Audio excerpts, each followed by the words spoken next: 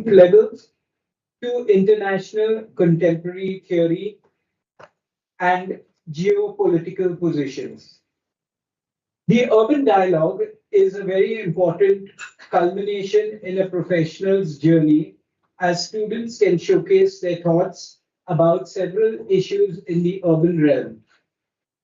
The Urban Dialogue program began in 2019 and is in its fifth cycle. We invite a few other institutions to select students to dialogue about their thesis with invited professionals. The process begins in December, and once the nominations by the institutes are submitted, we curate the event in themes.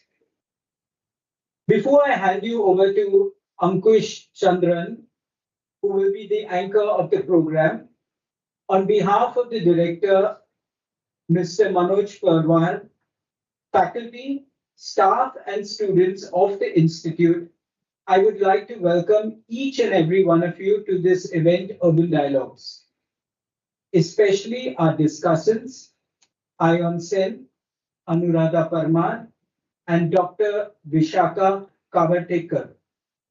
I am sure with such an esteemed panel of discussants and students, we will have an engaging discussion about the urban realm.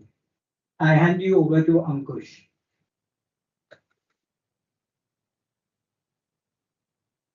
Thank you. Good morning. This year we have theses from three different colleges across the country, which have been shortlisted to be presented here at Urban Dialogues 2024. These are PUP College of Architecture, Pune, SPA Bhopal, and KRB Mumbai. The shortlisted theses have been distributed across three themes, depending upon the nature of their engagement with cities and urban life. These are community, culture and identity, and public realm. Each theme is anchored by an eminent professional with expertise in the respective field who will act as the principal discussant of the theme. As the discussion will also be opened out to the audience. This year we have three distinguished individuals amongst us for anchoring each of these themes. The discussion for the set of themes engaging with the theme community is Anuradha Parmar. Anuradha is an architect and urban planner and has worked for over 15 years on urban development projects in the US, UK, and India. Her interest lies in urban regeneration, conservation, and regional and environmental planning. She has worked with local governments, public and private institutions, and the London Olympics growth borrowers to implement planning projects. Her work has included the implementation of urban regeneration schemes, stakeholder engagement, capacity building, and fundraising. Prior to the US, she practiced as an architect in India, and she has a master's in community and regional planning from UT Austin and a BR from the School of Planning and Architecture, New Delhi. Welcome, Anuradha. Anchoring the culture and identity theme is Dr. Vishaka Kautikar. Dr. Kautikar is qualified as a conservation architect, having wide range of academic and field experience in national and international projects. She is currently working as a coordinator of the Masters in Architecture Conservation Program and the Center for Cultural Knowledge System at School of Planning and Architecture, Bhopal. At SPA Bhopal, she has also functioned as the principal investigator for many collaborative institutional projects, including Heritage Impact Assessment for the Khajuraho World Heritage Site, a tentative listing document for the proposed World Heritage Site in national category of Chambal Rivers and Ravines, and the Ashapuri Temple project. She has coordinated many national and international conferences and workshops, including WOFA 2011, Landscapes of Memory. Her research concentrates on traditional knowledge systems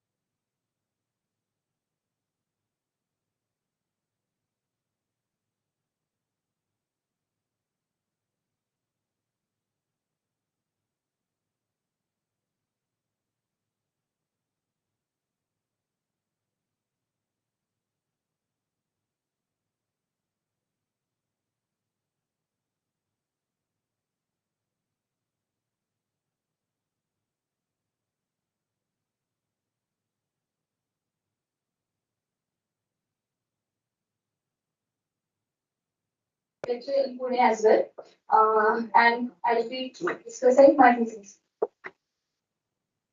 Good morning, everyone. This is Omkar Nandapurkar. So I graduated from India in 2014 and did my master's in urban design last year, 2020. I'm a practicing architect from Mumbai, Goregaon, and looking forward to explaining my thesis. Hello everyone, my name is Rishma Nandapurkar. I finished my graduation in 2030. I just finished my post-graduation in urban conservation, and I'll be presenting my thesis to you. Thank you.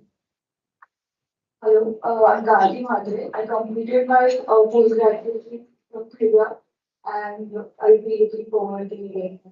Thank you.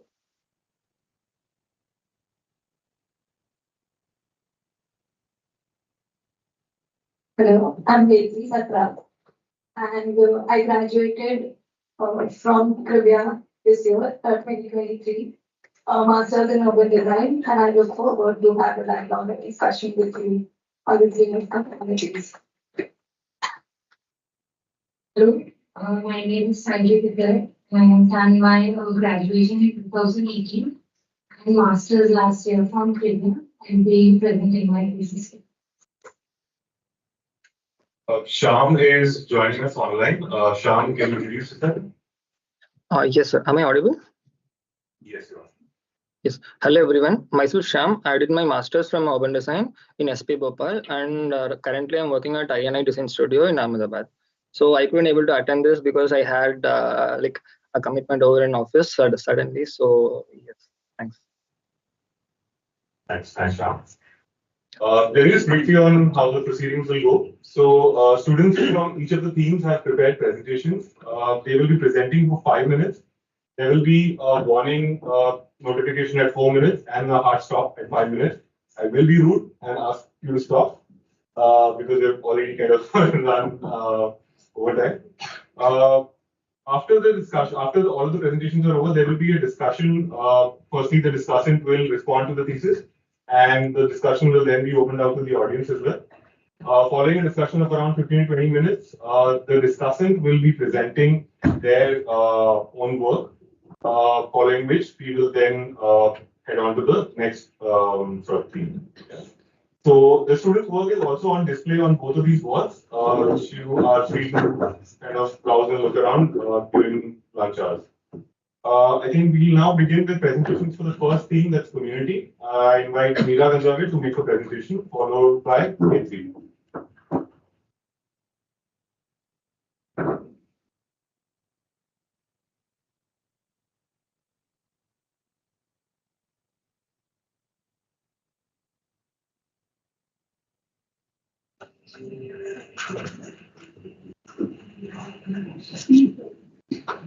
Yes.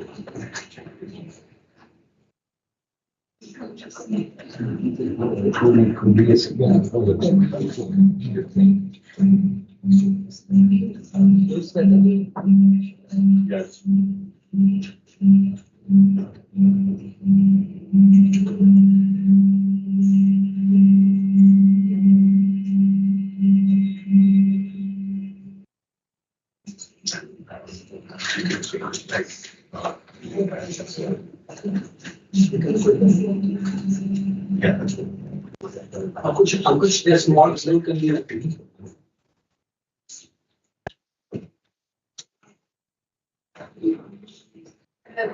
I'm already.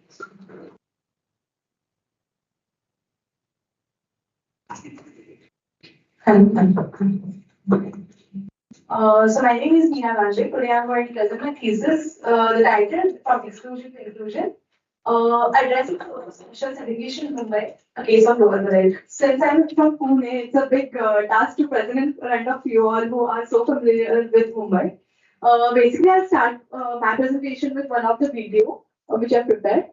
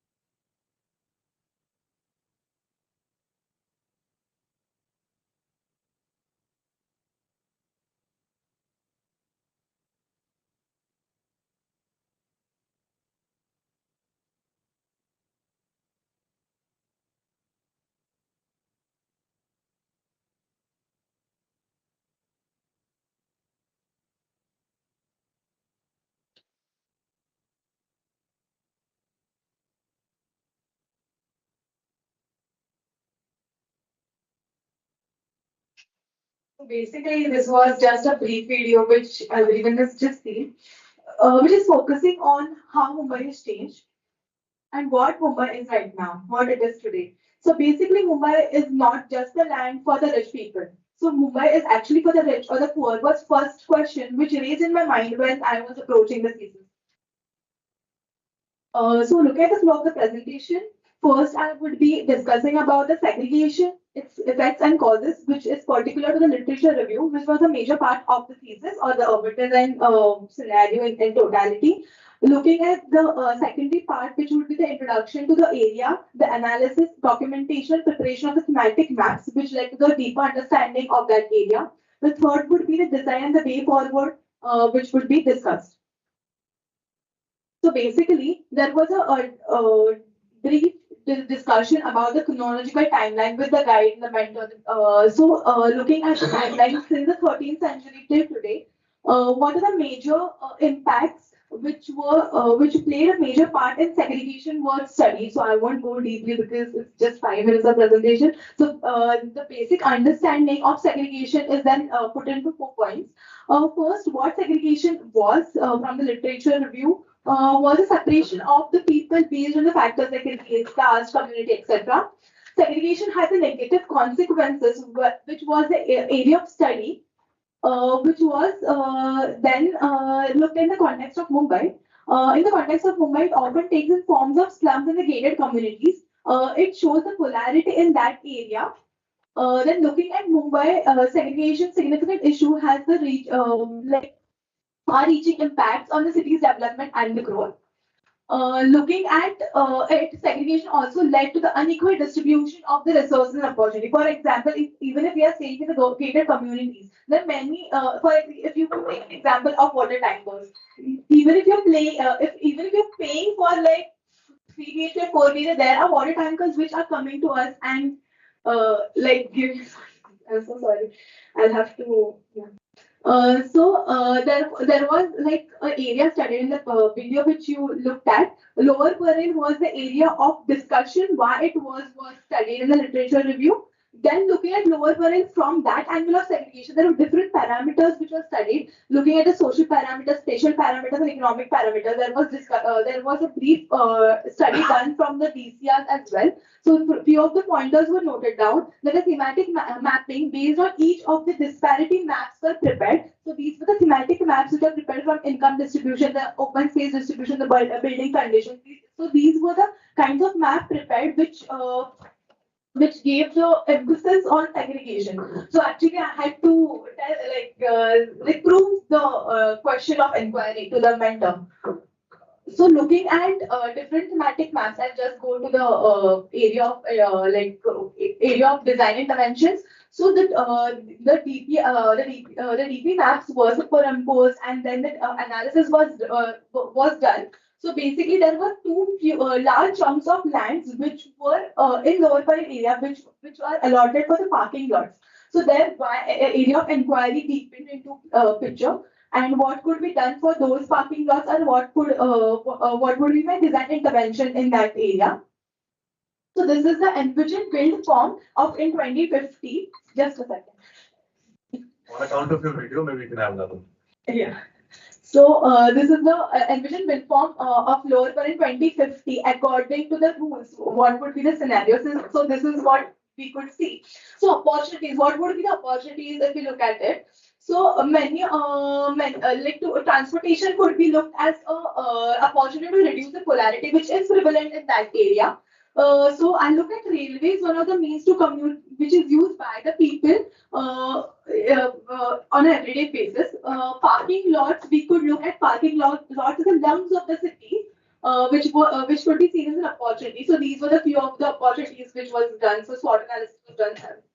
And this was the proposed structure plan looking at the development of a lower Parel area, and few of the design interventions which were then shown in the last slide. So few of the design interventions which are focusing on how we could give the people or the we can have a cohesion, social cohesion in that place. So looking at maybe I could just discuss one of the intervention. So here, if you could see, this is the commercial, sorry.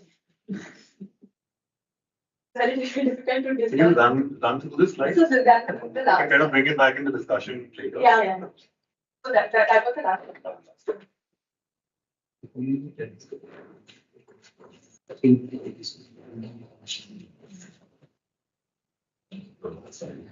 you. Yeah, we'll now have Jaypreet's presentation. I would urge the participants to talk more about the general idea, the argument that you're making, and not so much on the project itself, details of the project itself. It's about the some implementation.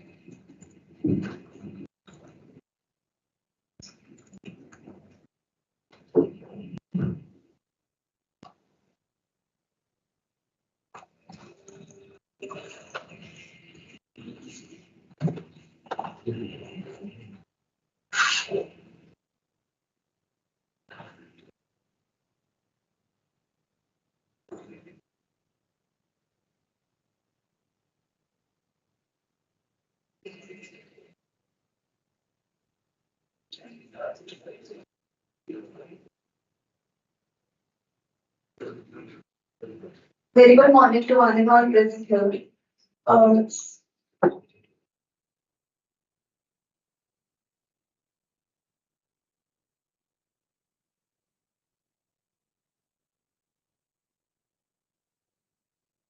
So the entire writing of the thesis began with areas of interest around topics of inclusive cities and some of the key words like communities, work culture, and marginality. Also, an hypothesis that many communities that are important contributors in the city's economy are often neglected or marginalized from the planning processes.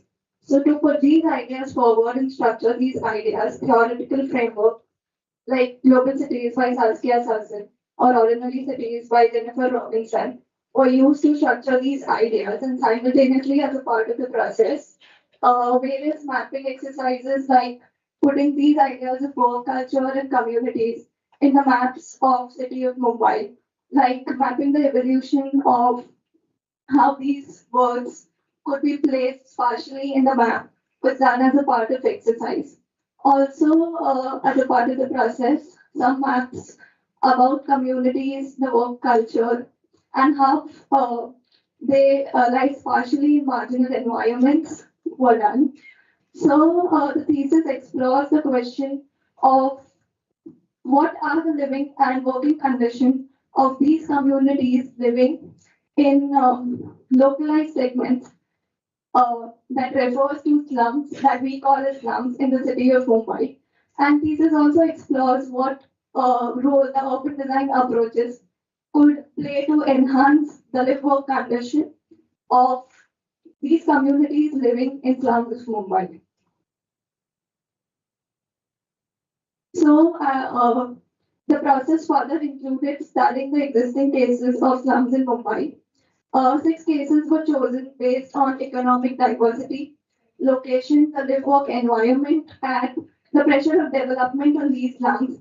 And these 6 cases were studied in detail based on the geography, economic factors, social factors, the development plans the city has proposed for these communities. And one such case was taken ahead for further exploration. The case of Sanukarwadi, which is located in Kandivali. The nearest landmark is Sanukarwadi metro station, and it is on the banks of River Koi. So, as a part of the thesis process, a detailed site analysis was done, and I studied the evolution patterns of how the slum has developed over years and the development plans, which kind of shows the industrial nature and how now we are now shifting towards proposing them as residential areas, not recognizing the economic value of these places. Also, these slums, as we map, a lot of stories were collected from the site. The locally called nagars, what are the building typologies, what are the social spaces that they live in, and how dense these places are, and how does it support community to carry out economic activities like manufacturing, and all of that was mapped to establish the case further. The mapping also included studying the housing typologies ranging from 100 square feet houses to 700 square feet galas. It was interesting to find out how these slums not only support economic activities that export globally, but a lot of household industries that take place here and the economic networks that exist within these slums. Moreover, since these slums are located in marginalized environment, studies of hydrology, CSR regulations that are subjected to these slums were also carried forward. A lot of stories were collected from sites to understand what are the community aspirations about the housing requirements, because today what the city proposes to them tends to exclude the needs of the community, and it is a very developer-driven approach. So, to take the thesis ahead, what we did was to study the existing model, understand the issues and assets of the existing model, and what could be proposed. And we also studied the issues and assets of the SRA projects that the city offers to them, and what could be proposed. A lot of case studies to see what is happening and what are experiments done with the slums across the cities and globally were also studied. So the cases of slum networking.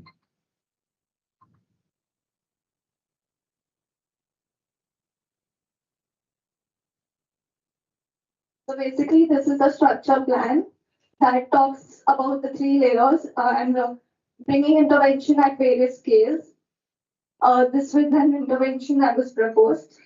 And to conclude, what kind of approaches can be adopted to bring in slum development that integrates live work together, and what methodological processes that could be followed for such projects and further explorations that this thesis can look forward to.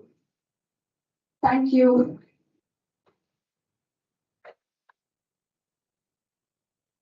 Thank you. Anuradha, I would like you to respond to.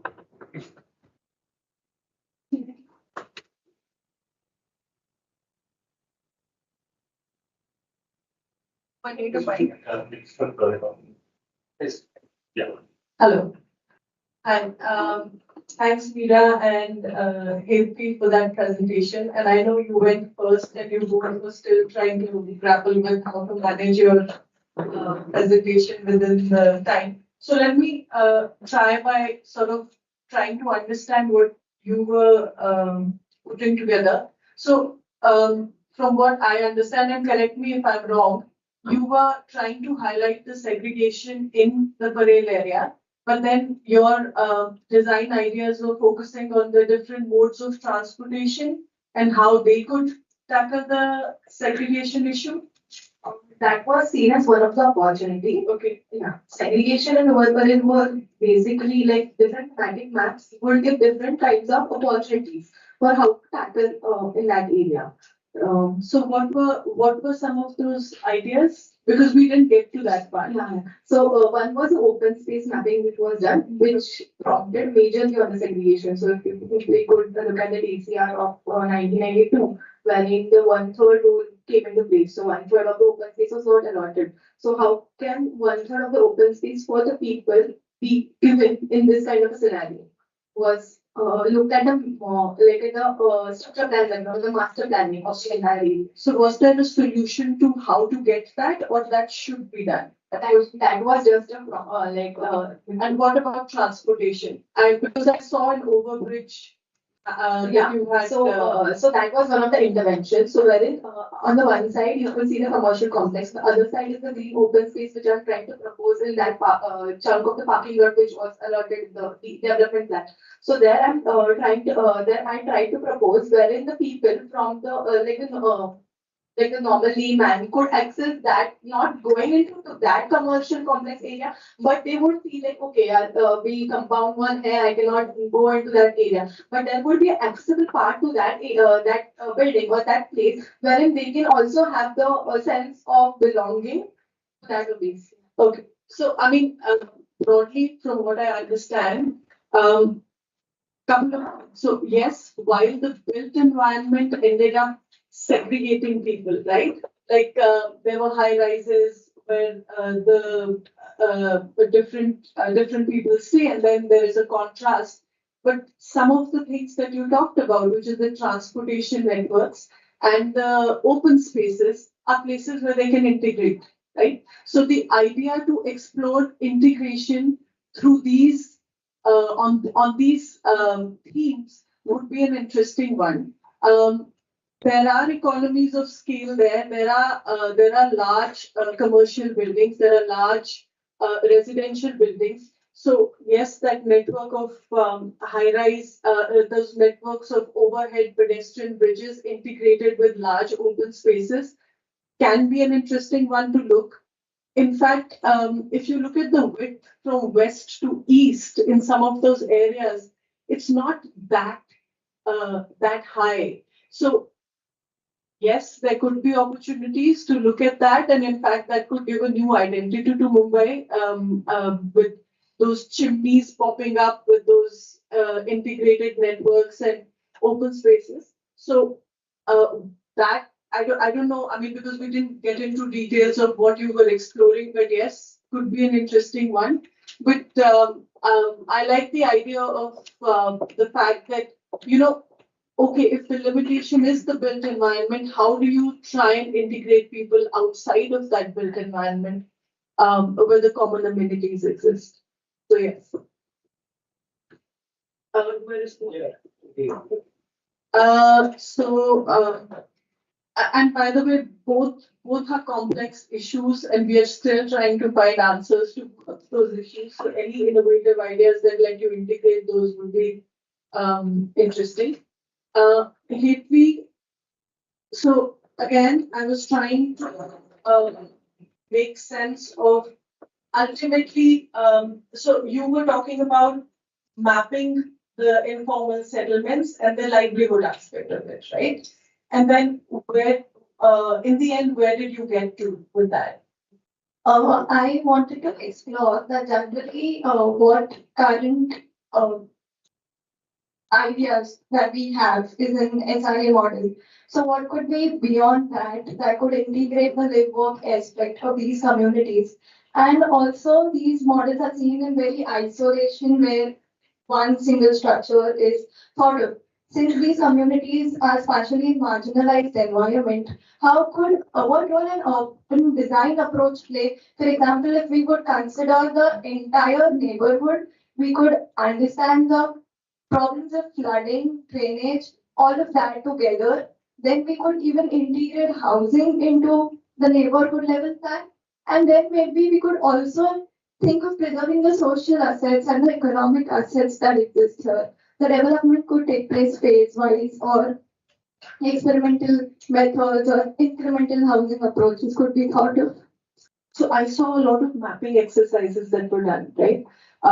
You had mapped various layers. So, and you talked about methodology. So did you come up with any frameworks of mapping livelihoods and those methodologies of capturing livelihoods? Initially, I found it very complex of how I would go ahead with mapping. So, with the help of my guide, we came up with this idea of taking the Gadesian framework of live, work, folk in an environmental living, and we broadly chose three aspects: social, economic, and environmental. So, under the lens of social, we mapped all the social spaces, densities, communities.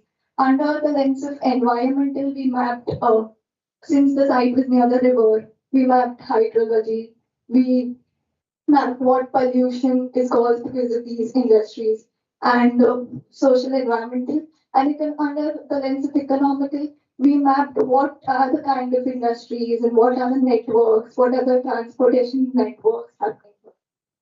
So that was the kind of thing. And then that led to a design ideology after that? Yes, yes. So the design ideology was not just to limit it to housing, but to take environment into consideration, to take these social and economic assets into consideration, and then propose a overall development plan which does not focuses on housing, but So, so I guess with the Dharavati development happening, I think it's an interesting and the most pertinent topic these days. Where how do you translate mapping livelihoods into a number crunching exercise of volume and economics, and how do you replicate that, right? And I mean, often negotiations are just happening on the size of the house, and the housing unit is what is being talked about, but how do you start by actually documenting these livelihood spaces, these economic spaces, and how do you translate them into a built form is what would be interesting to see. And we didn't get that part of the thesis where I don't know how those methodologies have been developed and how you're like sort of connecting it to volumes. But those would be interesting things to see and discuss. I think you want to comment on that. So we can open the discussion out to students if you guys have any comments or questions.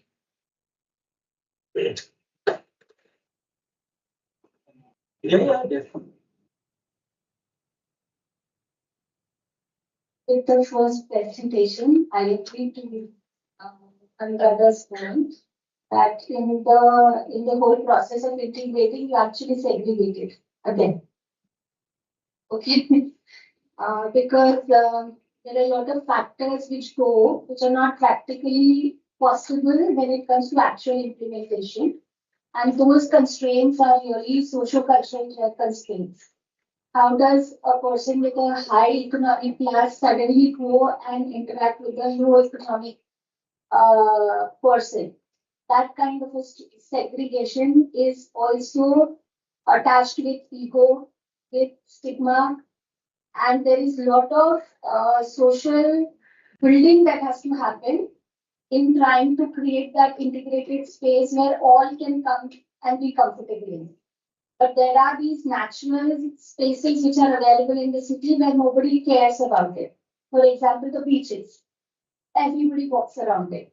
So while creating these spaces, how do we create opportunities for everybody to interact peacefully with each other needs also to be somehow be integrated in the design. That is what I think. Second was on slums. Now, I don't know with what definition of, what was the definition of slum that you started with?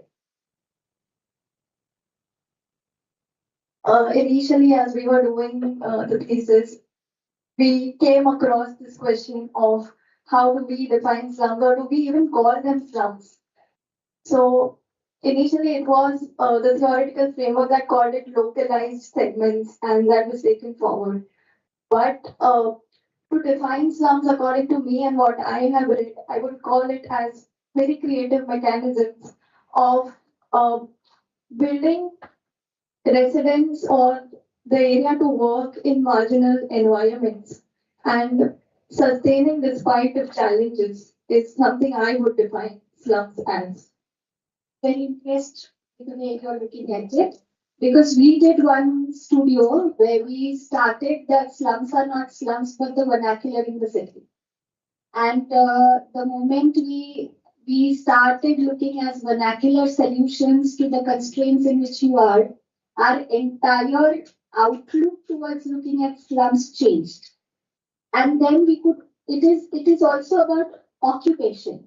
Now, why do most of the slum redevelopment fail in many cities is because people are not thinking about the common spaces and the occupational needs. So you cannot give a pani puri wala a house on the third floor. It doesn't work that way. So there is a lot of connect between how you redevelop it and is only a flat scheme an answer to a slum redevelopment is also a query where I think a lot of people are engaging into. So looking at slum as a vernacular solution was one of the perspectives that we have worked with. And of course, it is an academic exercise and a lot of the other constraints are not looked into it. But this is how was also one of the ways that we could do it.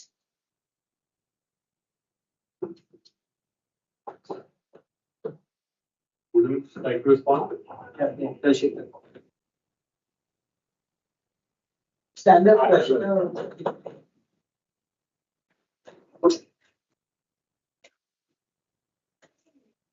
Right, so you had mentioned that to address the issue of segregation, we need to look at both short-term and long-term issues. So how do you think as an urban designer we respond to long-term solutions? Because it has to be a change in mentality, like, an ideology or change. So how do you think we can address that?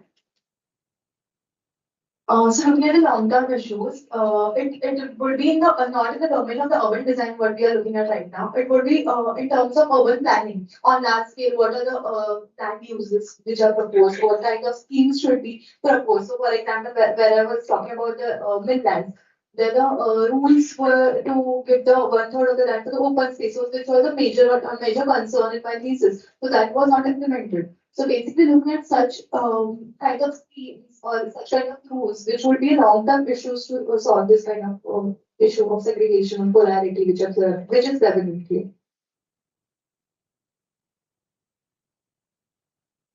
So my question is to both of you. When you talk about inclusivity, I want to know what are your views on government as a stakeholder, and are there any possibilities of how we promote inclusivity by tweaking the policies of government? So how government is leading to this segregation, and I also like to know the views of Anuradha on this question as well.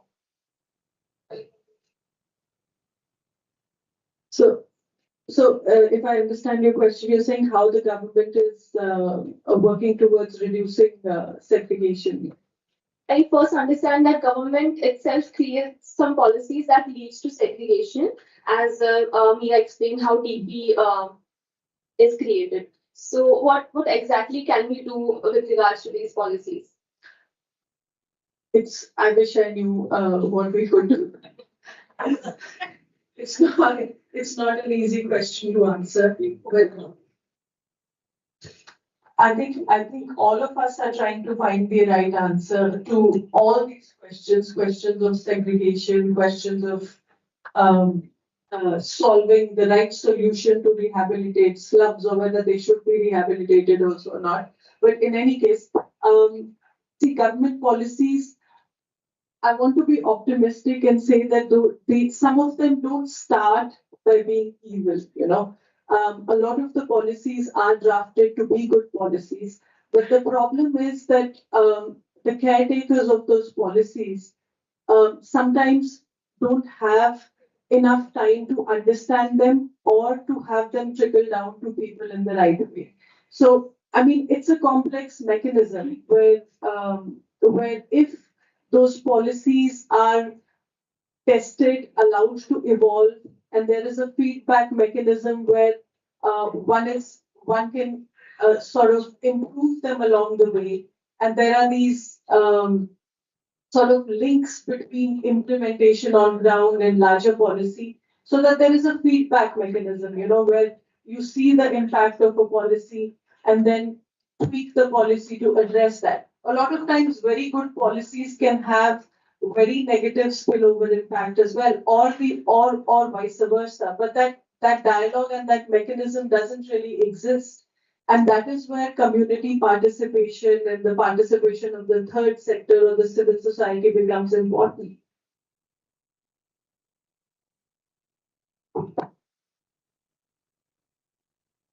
According to me, putting communities first should be an approach that can be thought of. Also, some experimental approaches, and like Madam said, if we could think of bringing in a feedback mechanism where we could experiment certain policies, if they are working, they are not working, what are the consequences. I think such kind of experimental approaches can be adopted, particularly in cities like Mumbai that are so complex and constantly growing and evolving.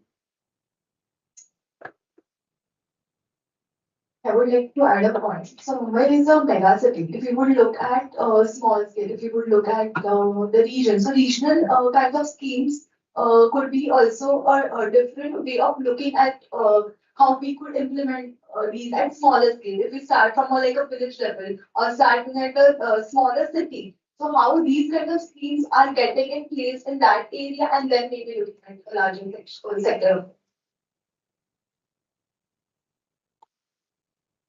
We'd love to continue this discussion, but we have to kind of catch up with the clock. So I'll now invite Anuradha to make a presentation.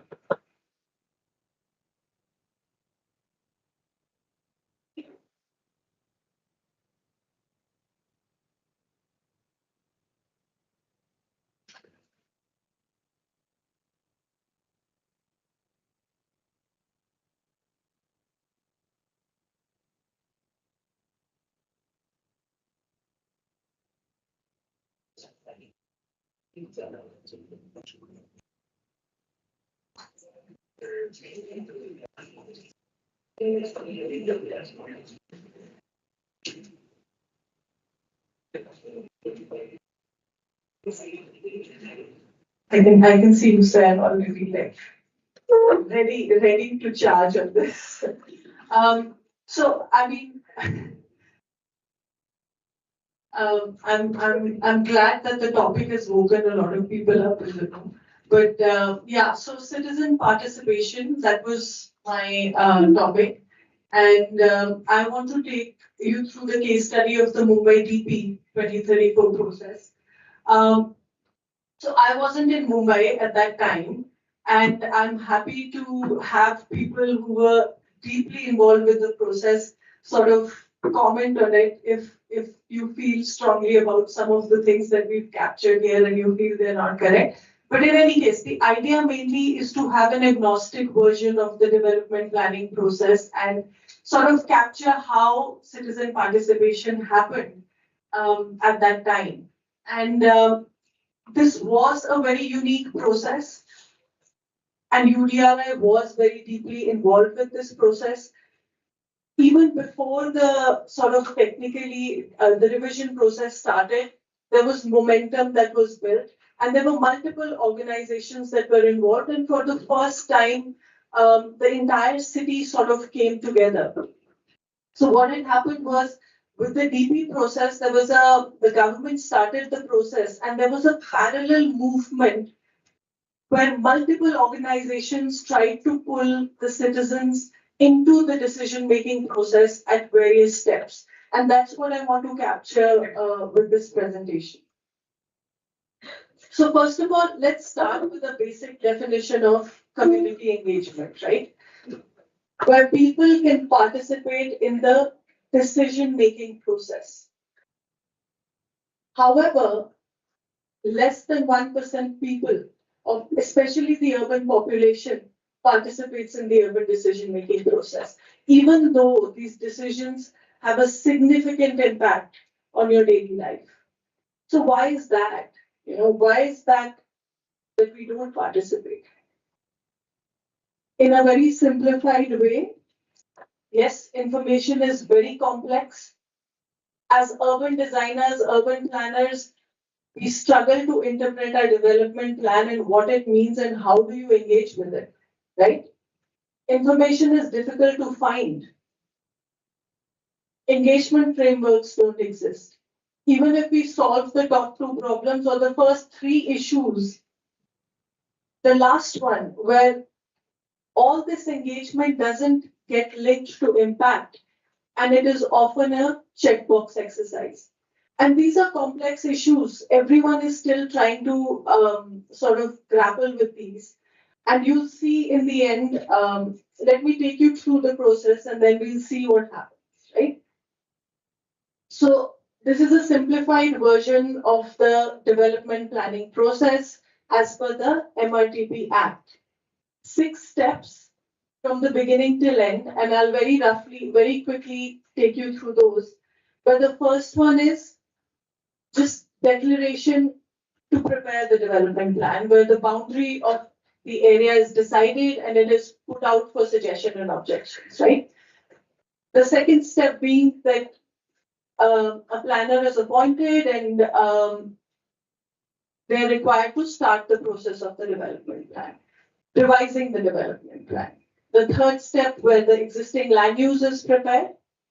Fourth one being where, based on studies, certain criteria are defined and a draft proposed development plan is prepared. Then again, it is put out for suggestion and objections. It's included, all the suggestion and objections are sort of taken, absorbed.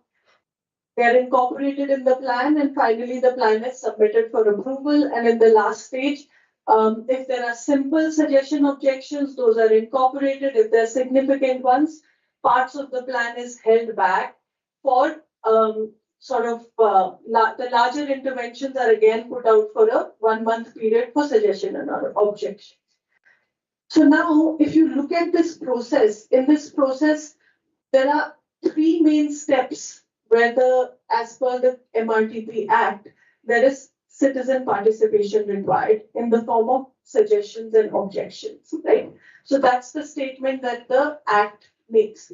But is it that simple? What does it mean, suggestions, objections to the development plan at these various steps? It's a complex process. So the word community participation itself is a complex process. And how do you start structuring these things? How do you start developing these things? So what we did at UDRI was that we started looking at that entire process in hindsight and started mapping that what really happened. We put it on a timeline, and then we pulled out these various structures of citizen participation that happened at various stages. So let me go through each step, and I'll just put the lens of community participation on these various steps and take you through that.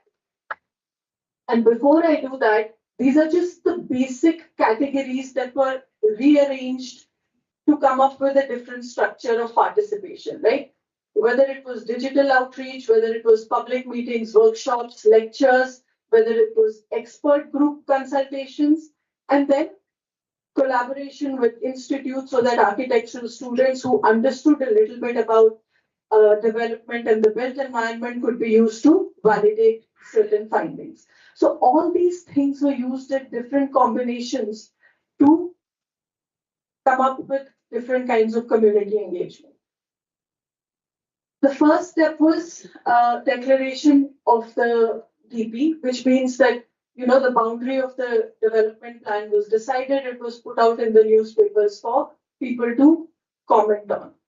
However, even before this step started, multiple organizations in the city had already started trying to build a momentum around the DP. So there was a very interesting exercise that happened, which was to identify the voices in the city.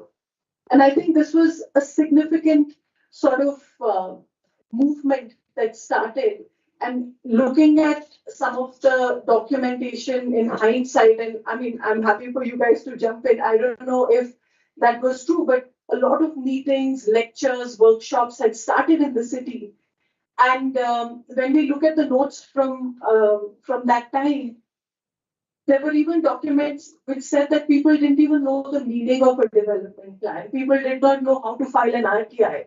So nothing of that was happening. And it was an interesting time to start sort of figuring out the new DP is going to be revised. Let's see what is happening. And what it led to was to find out who are the interested stakeholders. Like, who are these people who are really interested in the city? And there was a structure to this. So what were the tools that worked at that time? Right? One was, yes, meetings, workshops, lectures that happened. And it was interesting to see the sign-up sheets, to see who are these people who are showing up in these lectures. Who are the people who are interested in certain themes? So certain ideas started developing. And the second tool that worked at that time was this single online portal, which the UDRI had on its own website called the Mumbai DP 24/7, where, all these different maps, older DP documents, all of them were compiled in one portal. So there was one portal of information and another of just trying to get the people going about the DP process. So what was happening was that to actually make the process inclusive, you have to first simplify and give people information. You have to make the information available. That is when they'll start engaging. So this was what was happening. So now I'm coming back to the parallel government process that was happening. So while all these voices in the city were getting recognized, they were sort of getting organized. In parallel, on the government side, the development planning process was proceeding. And it, by the way, did not proceed as per the MRTP timelines. This took about a year and a half for them to appoint a proper sort of, like, not appoint the planning officer. Planning officer was appointed, but to get a consultant to go ahead with the DP process. Now, the planning officer was appointed, and then this is a little bit of sort of an analysis bit on whether it is possible for a town planning officer or just one department to handle this. So where we've said that you really need a proper technical committee that can manage the conversation between the government and the people and keep the dialogue going. So what happened in parallel throughout the city were these multiple stakeholder organizations, expert group, workshops, consultations, right? And if you see at the bottom, there are topics to them. There is urban form, water and sanitation, and stuff like that. This is just a slide that tells you the amount of stuff that was happening in the city, how many organizations, 250 NGOs, how many organizations were involved, how many RTIs were filed. So there was a momentum that was building. People were talking about the DP, people were discussing the DP, and things were happening. So also what was evolving at this time was a framework, a framework of trying to organize and capture this information. There were 11 themes on which this whole consultation was organized, ideas and problems were being identified and structured. There was an entire process that was followed to validate those findings, validate the problems, then again articulate them into a people's brief, and then submit it to the government. So I'll just recapture that whole structure. So what was happening was focus group meetings, which were more expert group meetings that happened. Then, which identified the issues. Those issues were translated into these performers, which students, Vertical Studio was the students were trained to take those issues back to the community through stakeholder groups who had a relationship with the community and validate those issues, saying that, okay, maybe we've missed something or whatever. So new issues or the validation of those issues happened. It came back to the stakeholder groups. It came back to the focus groups. And all those things got compiled into a citizens' brief, which was endorsed by 120 plus organizations. So there was a structure to this community engagement at that time, leading up to an output, which was the people's brief. And what were the tools that worked at that time? The tools that worked were the theme-wise framework. And I'm not saying this is the best framework. This is all evaluation and hindsight, that yes, a framework to organize the community engagement that worked. What else worked? The survey sheets which the students could use and go back to the community for validation. And third thing that worked was technology, there were methodologies where you've seen in the future slides where the community was sort of trained to use technology to communicate back with the government. So again, I'm coming back. It's a little back and forth, coming back to the government step. What happened was the existing land use was getting mapped. There was a consultant appointed to do the existing land use mapping. Also, what happened was for the first time, and this was not mandated by the MRTP Act, this ELU was made public and people were allowed to comment on it. And here, technology was used because there was already this momentum, people were already engaged with the whole process. It was easy to train people to come up with, to use georeferencing and come up with discrepancies in the existing land use process. And sort of it was mapped. You can see all the discrepancies which people have uploaded from their phones on the ELU process. So it was a fantastic win where you were able to sort of mobilize the community to engage with certain things that were happening in their city and engage with the government. Then came the fourth step, which was the development plan. And there were multiple other steps. I'm not going into those because I want to make it into an agnostic sort of citizen participation exercise. So over here, the government had, let me go to the next slide, where the draft development plan was prepared. So if you see, there were two things happening. On the top is the government process. Inception studies were done, preparatory studies were done, based on which certain minimum standards were developed for some of the themes like open spaces, amenities, and stuff like that. And those were number crunched into making the development plan. Now, in parallel, what was happening in the city was, again, that gap analysis or that stuff was being simplified. So that book in blue that you see, it started simplifying what that meant, what those amenities, what that number crunching exercise meant. And again, through that system which had already been vetted earlier and established of stakeholders and focus groups and experts, then back and forth happened and ward-wise exercises were done.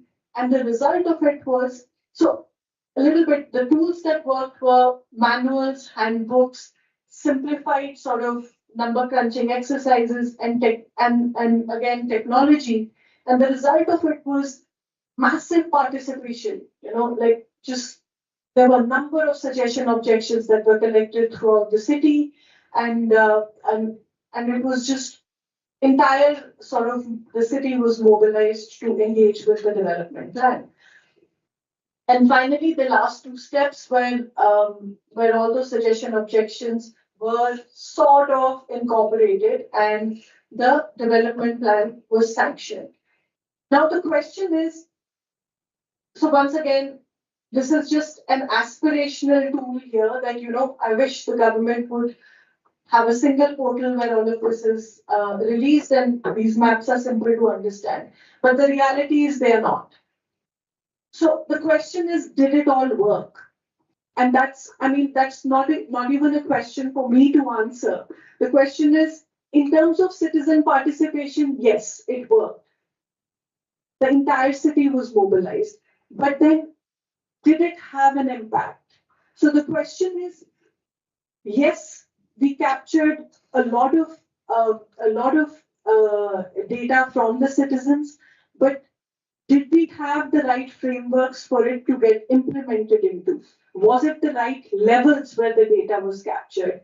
So, and is DP the right mechanism for us to capture all of it? So those are still questions. So the fourth point that I had made in my initial one, where even though citizen participation happens, sometimes it's not linked to impact, and sometimes it's not linked to an output. It ends up being a mere checkbox exercise. And it's not a question that I can answer. Maybe all of you can. Yeah, I'll just end it.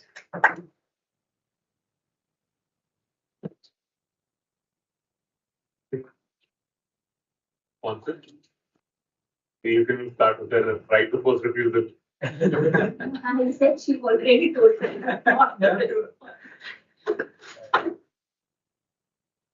Okay, lots to talk about. We will talk about it later. But just to respond to, no, I mean, I must say that one thing that you did, which was very interesting and important, I think the first slide where you said planning is actually decision making. It's not, what we think about planning as some kind of a technical exercise. It is decision making by the public. And it is the planning process is decision making in the public domain that concerns space. So that is very important that we put it up right in front. I think the question of what happened in the Mumbai DP participation process is very interesting. Once I was talking to Mr. Phatak, who was involved in the 2015 plan. It was actually in one of these seminars, academic seminars, and everybody was raving about, oh, this is the first time in Mumbai we have done participation, and thanks to the municipal commissioner and the planner and all of that, and we are doing this participation. Look, they released the ELU without MRTP mandating it, and look, they did all of these stakeholder works. It had this strange, confused expression on his face. He never did participation. We did consultation. So he was more precise about terminology than a lot of people who were, engaging with this process. And which is exactly what it was. The first meeting when Sitaram Kunte asked for a stakeholder consultation process, he said very clearly, let's do this so that there is a sense of participation. He didn't say there is participation, sense of participation. So sometimes we get very excited about these things without really understanding what was behind these initiatives. The second thing was that a lot of actors who participate in the DP are not visible. They work behind the scenes, and they are much more influential in the final outcomes than people who are visible, vocal, and being quoted in newspapers. Including me, yes. The first DP which got scrapped, even Mr. Phatak and Sitaram Kunte believe to this date that it is public opposition that scrapped it. Yeah. But whenever they speak about it, they say, oh look, UDRI ran this campaign to dump the DP and all. That's right. But the plan did not get scrapped because of public opposition. When did NGOs become so influential in decision making? There was a very massive systematic opposition to the plan from the developer lobbies in the city. And they did not, and precisely the things that we thought were problematic in the DP, they were saying they were not enough. For instance, increasing of FSI, which was the key issue. FSI zones were created and 8 FSI and 6.5, and there was a lot of hysteria about it. The developers, they did the calculation and they found actually it's much less for them because the exemptions that were there in the FSI regime, they were removed by the 2015 DP. They did not like it. So it was the behind the scenes actors who affected the outcome more. For them, it worked much better than for the noisy public who were talking about the DP. So I think I just say that. So yeah, so Sam, I have a question for you. For me later. Okay, follow. I'll ask. I am one. Oh, no. You are our guest. Come on. So I think without the risk of oversimplifying this, I think I see this whole push and pull to have 3 parts to it. There's a public, there's a private, as in private capital, if I may look at it as a private sector, and there's a people. So it's really the public has an agenda. The public is the political authority, which may also has a certain vote bank issue, or they may have other political agendas. The private has the money agenda, which of course, as you can realize, it rules. And it's really the people, NGOs, with all sorts of, I want open space, I want a little top lot here, I want some parking here, I want a green space here. So this entire push and pull is then bringing to negotiation.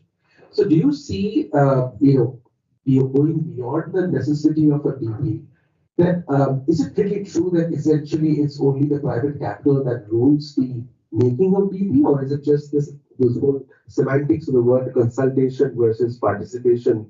Is any meaning to that? And is this I guess this is not very prevalent in other parts of the country, that even this happens. The participation. Participation, it's kind of, the triangle remains, but it's really the black box. No, it's true. I mean, some cities like Delhi, Bangalore. Pune, Bangalore, it's there. But again, the question is, even with all this, is it merely a checkbox exercise? And it is. Even with the Mumbai DP process, if you see, like you were saying with the ELU, right? So many people, you see almost a fatigue towards the end. That is where it mattered the most, and people had run out of steam towards the end, right? Number one. And number two, look at the scale of engagement and what did it achieve? Was it really necessary to do such a deep level of citizen engagement without having the third cog, the third wheel, which is the real estate people or the financial people, even represented or understood? That is where, that technical committee becomes important, and the composition of the technical committee becomes important, because you need to really sort of cut out the noise and focus on what are the main aspects of the DP that you can influence, right? It is those, it's really like, what kind of a number do we want for open space? Is it really achievable that developers would tell you, or amenities? And that is where the negotiations need to happen, because it's really those 4 or 5 basic unitary numbers that determine your development plan. And really, we need to be able to focus all that noise into those numbers and have some sort of an exercise which lets you define. There are cities like Calcutta that look up to Mumbai, saying that we want an FR of 20. So. Yeah, everyone wants SRA schemes, right? It's the word, the buzzword, but it's not there is no right answer for it. But yes, look at what happened with the Big Dick, for example, in Boston, right? Too much democracy was a dangerous thing over there. So there is a balance, but that balance can only come if there are technical people coming up with some sort of frameworks that let you translate the soft sort of aspects of community engagement into the real numbers. Otherwise, it's just 80% wastage of time, I have a follow-up question for Anuradha and And I think Shweta also has a question. yeah, Shweta will definitely have a question because she was involved in the whole process. So my question to you is, after that, Mumbai has not really seen any kind of, has it? I mean, and my follow-up question therefore is to, I mean, what do think tanks like, for example, NIUA in Delhi is almost the spokesperson of the government, Ministry of Housing and Urban Affairs. How do you think Mumbai or the think tanks of Mumbai or whatever the research that we are doing, how are we faring up to that? And are we able to capitalize on the civic engagement tradition that Mumbai had from the 70s onwards? And in fact, my PhD thesis was all about the civil society participation, which happened after the floods in 2005. And there was a lot of there was a thing called NGO Council, and then there was area sabhas, LACs, and blah, blah, blah. So, but now it seems like 10 years down the line, not much is happening, and there is a kind of lull. So, how do you think? I mean, because this also gives a sense of despair, that civil society voices are not really powerful, it doesn't matter, it doesn't impact, and if the invisible forces are so powerful that, they're calling the shots, then what is our role? So, I think two things. First of all, a good thing that UDNI just published the Mumbai Reader, which has civic society stories, the 24 stories. But that's on a lighter note. But I think now is the time to start regrouping again, because the next revision is going to come up. And I think the key is to have these partnerships that can cut out the noise and come up with very, very clear methodologies, even in publishing those 24 sort of stories and maybe whatever pieces, outcomes you've had. The next steps would be to let's regroup and come up with very, very clear frameworks that say why did something work and why something did not work.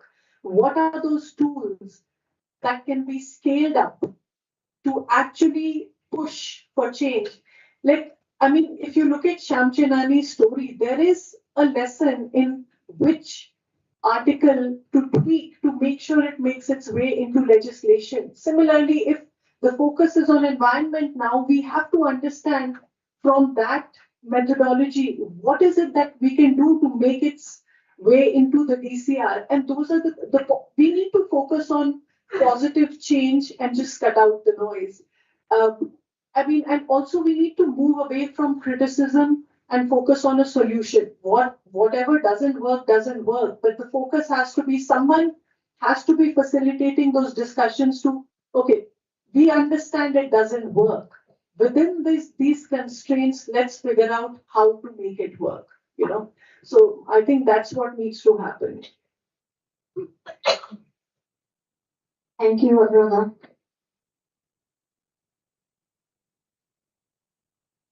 Yeah, no, we can talk later, but there's just a quick comment after what Hussain said. So when UDI ran the Dump the DP campaign and the DP was dumped, before that there was a lot of momentum. So I don't think it just simply lost steam or it kind of diffused. It was because the DP was dumped, and as Hussain said, that was not really the NGO kind of push that got it dumped, it scrapped. That was the developers who did not want it even more than the citizens. Once it was dumped, there was the entire process, the momentum that had built up. I think what was interesting was how different groups had actually come together. So there was a UDRI campaign, but there were also other campaigns in the city, and there were lots of different kinds of approaches to this. But the kind of momentum or the kind of unity that had been built, or the way it was being, I think everybody was very excited about this whole suggestion objection process and this sense of participation. But once it was scrapped, I think the entire process got diffused because a bureaucrat, Ramnath Shah, was appointed. And what he did was he divided up the different groups. He had separate meetings with different factions, like, a separate meeting with the open space advocate, a separate meeting with the women's groups. And he offered very tokenistic changes that made everybody happy. But after this whole process, or towards the end, we also attended a seminar which was organized by the Builder Lobby, PIETA and NCHI TREDA, and that was organized in Dadar, where Ajoy Mehta was invited for that. And there we realized that there was participation, but the participation or the collaboration between BMC was with the developers. It was a developer lobby that had actually influenced the developer plan. The rest of the groups or the people who had come together were just offered some, kinds of small kinds of, tokenistic kind of changes that were kept quiet. So I think what was exciting about the whole process was how citizens groups actually collaborated across, managed to, come together despite their differences and despite their kind of, different interests, and build this kind of opposition. And what's interesting for us to learn from this exercise is how the BMC and the state managed to somehow kind of break up that kind of organization of the different people, and then still manage to get participation from the group that is the developer lobby. So I think what's interesting for us as a case studies would be to understand what actually happened, and and there's a lot to learn. Yeah, and I mean, on that point, we've tried to map the whole process in a way that we not only capture the wins, but also the failures, the tools that worked, and also with the Dump the DP campaign, where we've captured the missed opportunity of not highlighting the positives. We were making noise about the negatives, but in the process, equally important is to make noise about the positives so that they don't get dropped. So, I mean, it would be fantastic to regroup against that backdrop and come up with, what worked, where did we fall short, how do we need to change it? So, yeah, we would be looking forward to doing that. Yeah, let's do it. It's a formidable enemy, I'm telling you. I'm mindful of time whenever you want us, because we can do on and on about it. I have a very different experience with Bhopal. There are few things that people just don't compromise on. One of them is the Bida Talab. Are there any things that you found out in your entire process that people will not compromise on in your entire process? So, I mean, more than me, other people would be qualified to answer that, because I frankly wasn't in Mumbai at that time. So, and we haven't been able to capture that, but that's a fantastic point, because that is where all our conversations need to start, right? Like, what is it that you don't want to let go of? And let's build around that. So definitely, I mean, it would be interesting to map those. It's clear that no lobby, no politicians, nobody can think about destroying the edge. And that would be interesting for Dharavi as well, right? Like, start mapping what is it that you don't want destroyed. And those fundamental. Tangible or intangible. The fundamental, I said the fundamental.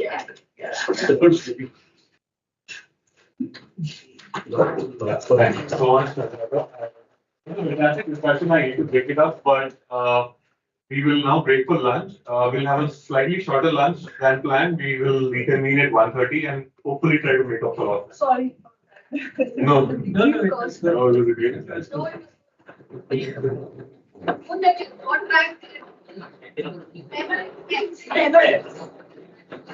Yeah.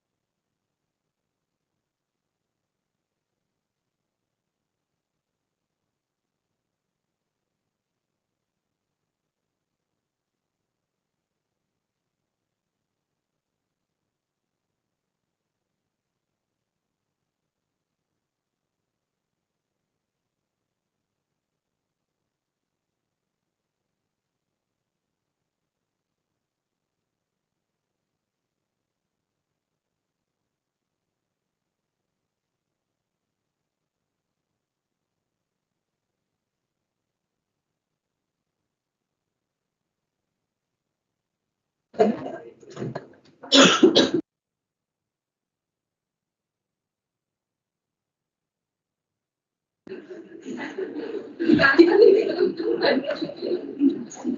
so fast. You need to time. Consultation has been done. This is to make everyone laugh. I'm just. Yeah, that is one. Where's Ion and I don't know what we do. and Ludmila? I started walking after. I just get Ion.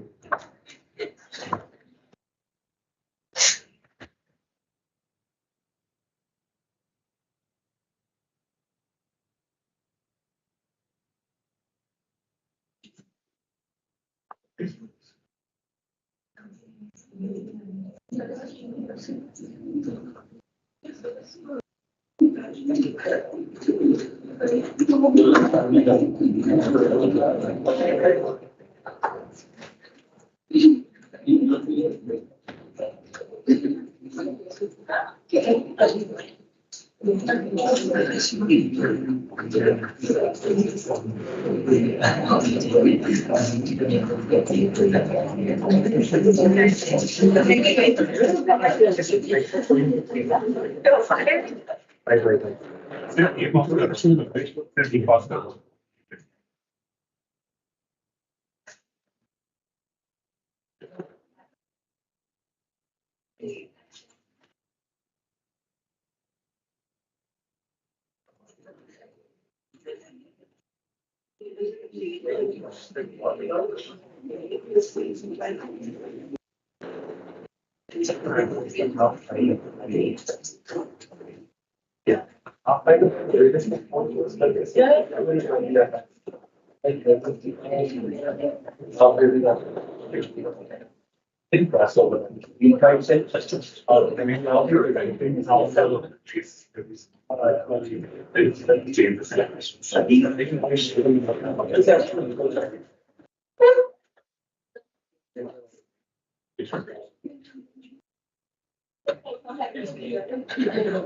If it was, yes, and that's faster.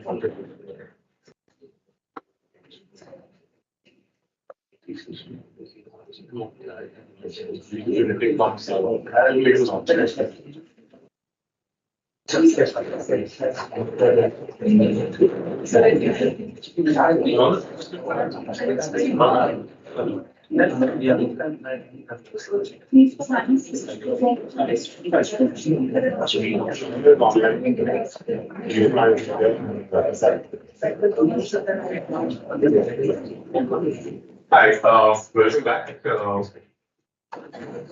a couple of things. We're going to be a little more stingy with the time because we have to make up for last time again. So I'm going to be a little more rude with the prompts. The other thing is we don't have the podium, so we're going to be presenting from where you are. So I'll be passing along the sort of pointer, so you can change the slides and all of that from there. Yeah. We begin with the presentations for the culture and identity team. First, it will be Shyam who will present online, followed by Grishma and then Gauri. After which we will have a presentation by Dr. Kautikar. Okay. Shyam, are you ready? Yes, sir. Okay, great. Let me just. Can you share your screen?